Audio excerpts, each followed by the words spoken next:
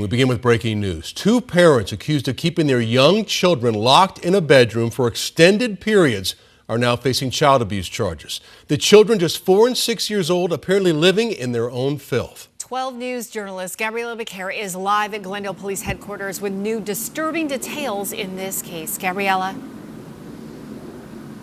Well, Troy, Glendale police tell us it was a Good Samaritan who called for a welfare check on this apartment after seeing a child standing in the window without any clothes on. When officers arrived, they had found the family of 4 had been living in extremely unsanitary and hazardous conditions. Now, we're going to show you photos from inside that apartment, but I want to warn you, they are graphic. These photos were taken last Thursday after the mother, identified as Sarah Jackson, allowed those officers into her home. According to court records, they immediately noticed a strong smell of feces and urine and saw dried waste covering the floor, walls, and bedding in the apartment. The 4 and 6-year-old boys were allegedly living in a fenced-in bedroom and weren't potty trained or given access to a bathroom. Officers found several guns inside the apartment, including one that was kept where the children slept. The father, identified as Arthur Jackson, reportedly told police that the children hadn't been to a doctor since they were born and they were not enrolled in school.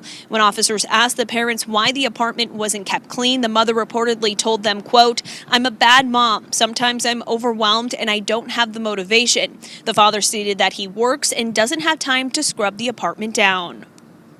The conditions here were so deplorable that our officers were quite in shock when they arrived on the scene and did everything that they could to not only get these children into a safe environment. There was a family pet that was living there as well. That family pet has also been taken from this environment, and it appeared that the family pet was actually treated better than these children were.